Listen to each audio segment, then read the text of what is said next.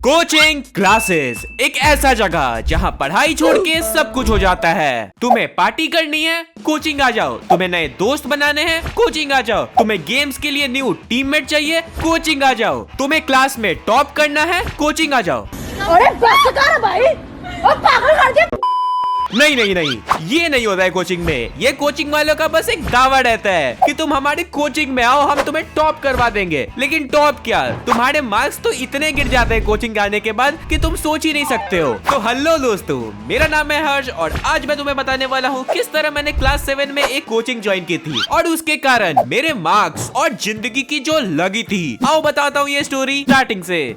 तो ये बात है उस जमाने की। हम लोग का क्लास 6 खत्म होने वाला था एंड हमारा फाइनल एग्जाम स्टार्ट होने वाला था। तो उस टाइम हम लोग की एक साइंस की टीचर हुआ करती थी, जिन्हें इस वीडियो के लिए हम लोग बुलाने वाले हैं टिम्मी मैम। तो देखो, टिम्मी मैम एक बहुत यंग टीचर थी। उन्होंने जस्ट अपना कॉलेज खत्म किया था एंड वो स्कूल में आई थी पढ़ाने के लिए एंड वो हम लोग से बहुत ज्यादा ही फ्रेंडली थी। अगर किसी को कुछ भी प्रॉब्लम होता था हम लोग के क्लास में, अगर किसी टीचर ने किसी बच्चे को गलती से पनिशमेंट दे दिया तो वो बच्चा जाता है टिम्मी मैम को बोलता है, मैम प्लीज मेरे को क्लास में वापस बैठवा दो। और टिम्मी मैम इतनी अच्छी थी कि वो जाती थी एंड उस टीचर से बात करके उस बच्चे को क्लास में दोबारा बैठवा देती थी। एंड यस, इसके कारण वो हम लोग के बीच में एक मसीहा बन के रह गई थी। भाई उनके बारे में कोई एक गलत शब्द नहीं सुनना चाहता था। लेकिन देखो, अगर बच्चे किसी टीचर को ज्यादा पसंद करने लगते हैं तो वो टीचर प्रिंसिपल को सबसे ज्यादा खटकता है। एंड यस, इसके कारण ही प्रिंसिपल और टिम्मी मैम के बीच की बात बिगड़ चुकी थी। प्रिंसिपल को टिम्मी मैम बिल्कुल पसंद नहीं आ रही थी और प्रिंसिपल ये चाहती थी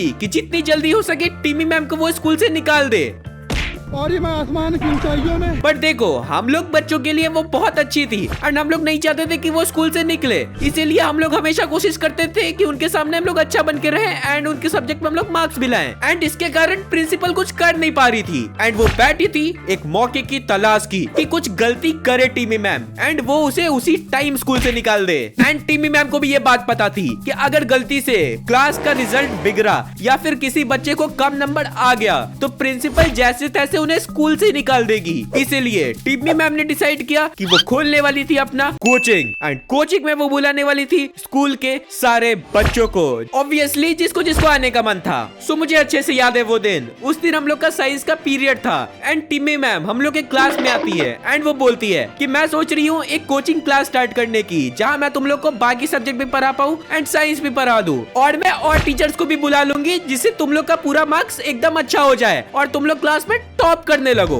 एंड ये बात सुनते ही हम लोग के दिल में लड्डू फूटा कि भाई अगर टिम्मी मैम ने हमें पढ़ाया तो हमारा साइंस में तो नंबर कम आने ही नहीं वाला है और साथ में ही अगर ये बाकी टीचर्स को भी बुला ले तो हम लोग का नंबर तो भाई जिंदगी में कभी कम नहीं आएगा। ये तो भाई एकदम बेस्ट डील है। तो हम सब रेडी हो गए कि हाँ मैम हम लोग कोचिंग में आएंगे, आप कोचिंग स्टार्ट तो करिए। और एक और चीज मैं बता दूं, हम लोग के स्कूल में टीचर के लिए कोचिंग क्लास स्टार्ट करना अलाउड था, बट यस ये अलाउड नहीं था कि आप स्कूल के बच्चों को ही कोचिंग में बुलाओ, क्योंकि इसके कारण बाकी बच्चों के लिए ये सही नहीं रहेगा और एक जो इक्वालिटी है वो मेंटेन नहीं रह पाएगी। इसीलिए टिम्मी मैम ने चुपके कोचिंग क्लासेस तो स्टार्ट कर ही दी एंड फिर धीरे धीरे स्कूल के सारे बच्चों ने एडमिशन लेना स्टार्ट कर दिया एंड उनके कोचिंग क्लास में 40-50 बच्चे स्कूल के आ चुके थे। और फिर बारी थी कोचिंग की पहले दिन की। और कोचिंग का पहला दिन सोचो किस दिन पड़ेगा? जी हाँ, बोले तो मेरी फूटी या फिर अच्छी किस्मत, वो मेरे बर्थडे के दिन ही पड़ गया एंड इसके कारण मैं कोचिंग का पहला दिन अटेंड ही नहीं कर सकता हूँ, क्योंकि भाई उस समय मैं क्लास 7 में था और बर्थडे मेरे लिए मैटर करता था, क्योंकि भाई बर्थडे साल में एक बार आता है, कोचिंग तो भाई किसी और दिन भी जा सकते हैं। तो मैंने बोला ठीक है मैम, मैं अगले दिन से आऊंगा कोचिंग में। और जब नेक्स्ट डे मैं कोचिंग गया तो वहाँ भाई पूरी भीड़ लगी हुई थी। मेरे को सारे स्कूल के बच्चे दिख रहे थे जिन्हें मैं जानता भी नहीं था, वो भी वहाँ बैठे हुए थे और ऐसे कुछ 40-50 बच्चे थे। और टिम्मी मैम ने बोला था कि वो 7 दिन तक फ्री ट्रायल में पढ़ाएंगी सबको, उसके लिए वो पैसे चार्ज नहीं करेंगी। एंड शायद इसके कारण ही उस दिन इतने सारे बच्चे आ गए थे। उन सारे बच्चों ने सोचा होगा कि चलो एक बार ट्रायल लेके देखते ही हैं कि क्या होता है, अगर अच्छा लगा तो आ जाएंगे, नहीं सही लगा तो छोड़ देंगे, क्या ही जाएगा। और यस, उस दिन के बाद पढ़ाई मैम ने स्टार्ट करवाई और उन्होंने स्कूल के एक टीचर को बुलाया जो सीनियर क्लासेस के थे और वो हमें पढ़ाने वाले थे इंग्लिश। तो देखो, शुरू में तो कोचिंग में एकदम पढ़ाई वाला माहौल था, सब कुछ एकदम बढ़िया से चल रहा था और हम लोग पढ़ भी रहे थे। बट जब फ्री ट्रायल खत्म हुआ तब तक कोचिंग में बस 20 से 30 बच्चे बचे थे। एंड जब हमने फीस जमा कर दिया पूरे साल की, तब स्टार्ट होता है असली गेम। देखो, कोचिंग का पहले 10 दिन तो बिल्कुल सही गया, लेकिन उसके बाद एग्जाम का प्रेशर आ चुका था, क्योंकि 2 हफ्ते बाद हम लोग के एग्जाम स्टार्ट होने वाले थे। एंड इसके लिए टिम्मी मैम ने बोला कि वो एग्जाम कोचिंग में भी लेंगी। जी हाँ, उन्होंने बोला मैं तुम लोग सबसे टेस्ट लूंगी एंड इससे पता चलेगा तुम लोगों ने कितना पढ़ाई की है साल भर। अब मैम को कौन बताएगा कि हमने पढ़ाई बिल्कुल नहीं की है, इसीलिए तो हम उनके कोचिंग में आए हैं कि वो पढ़ाए और हमें मार्क्स आ जाए एग्जाम में। बट उसके बाद उन्होंने टेस्ट लेना स्टार्ट किया। पर देखो, टेस्ट तो मेरा बिल्कुल सही जा रहा था, क्योंकि मैंने थोड़ा बोड़ा पढ़ लिया था और इस 10 दिन में उन्होंने जो पढ़ाया उसका ज्यादा ही क्वेश्चन पूछ लिया था। लेकिन इस टेस्ट में कई बच्चों के नंबर बहुत ही कम आए थे एंड इसके कारण उनके पेरेंट्स को लगा कि भाई ये लोग क्या पढ़ा रहे हैं कोचिंग में, नंबर ही नहीं उठ रहा है और इनका फाइनल एग्जाम में अब होगा क्या।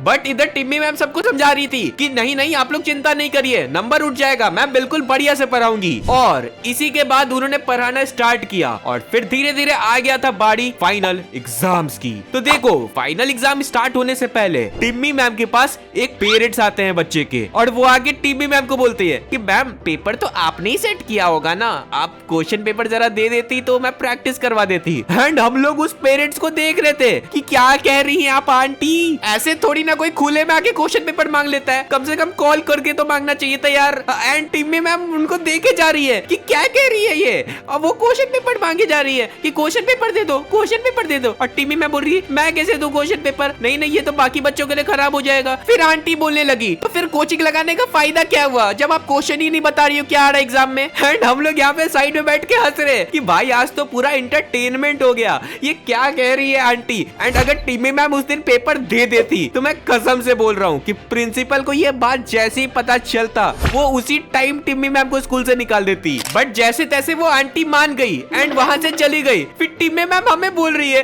कि कैसे कैसे लोग आ जाते हैं यार, क्वेश्चन पेपर मांगने लगते हैं, ऐसा थोड़ी होता है।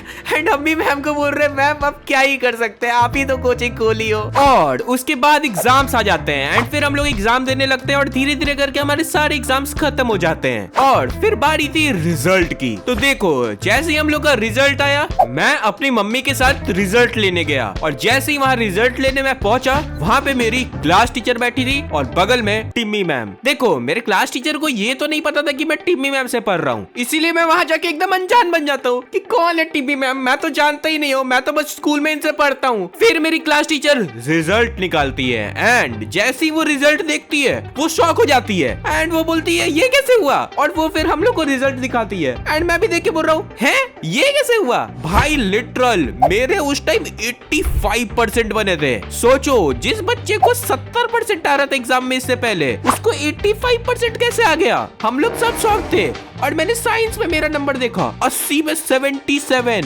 भाई मैं तो इमेजिन भी नहीं कर पा रहा था कितने नंबर आ कहां से गए। और उसके बाद भाई मैंने वहां से रिजल्ट लिया और चौड़ में निकल गया। भाई मैं तो सोच रहा था अब तो भाई का जलवा है, भाई तो टॉपर बन चुका है, अब तो मजा ही आएगा। और मेरी मम्मी भी शौक थी कि है इतना अच्छा कोचिंग था क्या, इसके इतने सारे नंबर कहां से बन गए। और उसके बाद वहां से मैं डायरेक्ट कोचिंग चला गया एंड थोड़ी देर बाद टिम्मी मैम भी वहां पहुंच चुकी थी एंड उन्होंने सबका रिजल्ट देखा और पता चला सबसे ज्यादा नंबर मेरे ही बने हैं। इट मींस मैं टॉपर बन गया कोचिंग का। भाई ये कैसे हो रहा है, मैं तो नॉर्मल सा बच्चा था स्कूल में, कोचिंग में आते टॉपर बन गया। ये तो भाई कैसा कोचिंग है। मैं तो दिल में सोच रहा हूँ अब तो भाई मैं जिंदगी भर इसी कोचिंग में पढ़ लूंगा यार, इतना अच्छा से मेरा नंबर कैसे बढ़ गया। और उसके बाद स्टार्ट होता है क्लास 7 का पढ़ाई। तो देखो, क्लास 7 तो हम लोग का नॉर्मल स्टार्ट हुआ, लेकिन टिम्मी मैम टाइम पे टेस्ट ले रही थी और मैथमेटिक्स का हर 3 दिन पे टेस्ट हो रहा था। तो देखो, जब हम लोग को टेस्ट वाला पेपर देता था हम लोग बना लेते थे एंड जितने लोग बनाते थे हम लोग को एक दूसरे से एक्सचेंज करके चेक करना रहता था। तो इसीलिए हम लोग एक दूसरे में सेटिंग बैठा के रखे हुए थे कि भाई देख हम कुछ भी लिख देंगे और जैसे ही पेपर चेक करने को मिलेगा सब टिक कर देना, नंबर दे देना,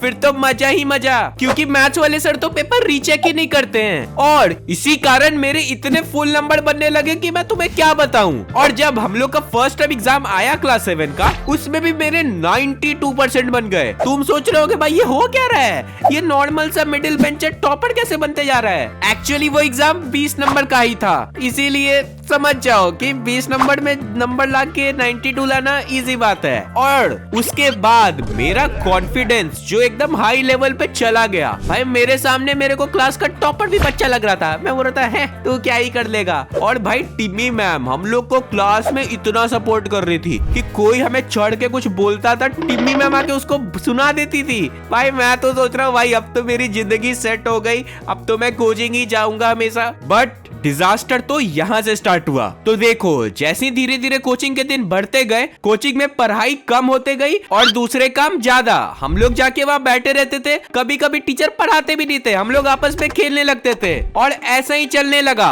और इसी बीच टिम्मी मैम ने स्कूल भी छोड़ दिया। जिस स्कूल से प्रिंसिपल उसको भगाना चाहती थी, उन्होंने खुद ही जाके रिजाइन कर दिया कि मेरे को नहीं पढ़ाना यहाँ पे, और वो दूसरे स्कूल ज्वाइन कर लेती है। अब हमारे पास ना कोई एडवांटेज था, और जो हम लोग के इंग्लिश वाले पुराने टीचर थे जो स्कूल के थे, उनको भी मैम ने हटा दिया। सो अब हम लोग को जाना था न्यू टीचर से वहाँ पढ़ना था। और भाई वो लोग तो पढ़ा भी नहीं रहे थे अच्छे से, पता नहीं क्या हो गया था। और इस डाउनफॉल के कारण मैं इतना डाउन हुआ कि मेरे नंबर घटते ही गए और कभी उठे ही नहीं वापस। और उस टाइम तक कोचिंग में बस हम लोग के स्कूल के 7 से 8 बच्चे बचे थे। सबने धीरे धीरे करके कोचिंग छोड़ना स्टार्ट कर दिया। बट मैं अभी तक कोचिंग में इसलिए था क्योंकि कोचिंग में आने के कारण ही मेरा नंबर बढ़ा है। मैं सोच रहा हूँ कुछ तो मिरेकल होगा, नंबर मेरे दोबारा बढ़ेंगे, पर नहीं, यहाँ पे तो कुछ और ही मिरेकल प्लान था। तो देखो वो जो बच्चे थे उन्होंने स्कूल में जाके कुछ कुछ बोला और एक बहुत बड़ा कांड कर दिया। उस कांड की वीडियो मेरे चैनल पे सेकंड वीडियो है, तुम लोग जाके वो देख सकते हो। उसके बाद प्रिंसिपल को ये पता चल गया था कि मैं टिम्मी मैम के कोचिंग में जा रहा हूँ, एंड उसने मेरे को धमकी दे दी कि अगर तुम उस कोचिंग को छोड़ोगे नहीं तो मैं तुम्हें स्कूल से निकाल दूंगी। और ये सुनते भाई मेरी तो हवा टाइट हो गई कि है अब भाई मैं कोचिंग छोड़ रहा हूँ, मेरे को नहीं जाना कोचिंग, क्या फालतू कोचिंग है, वो नंबर भी नहीं आ रहे, ऊपर से ये प्रिंसिपल मेरे पीछे पड़ जाएगी। फिर मैं बोलता हूँ बाहर में जाए कोचिंग, मेरे को ऐसी कोचिंग में जाना ही नहीं है। और मैं सीधे टिम्मी मैम के पास जाता हूँ एंड उन्हें बोल देता हूँ कि मैम मेरा हो गया, मेरे को माफ करो, मैं नहीं आ रहा हूँ कोचिंग में अब, थैंक यू, दुआओं में याद रखने की कोई जरूरत नहीं है, मैं चलता हूँ। एंड जैसे ही मैं कोचिंग छोड़ता हूँ, धीरे धीरे करके कोचिंग के सारे बच्चे जो हमारे स्कूल में आ रहे थे उन्होंने कोचिंग छोड़ दिया और कोचिंग हो गया हमेशा के लिए बंद।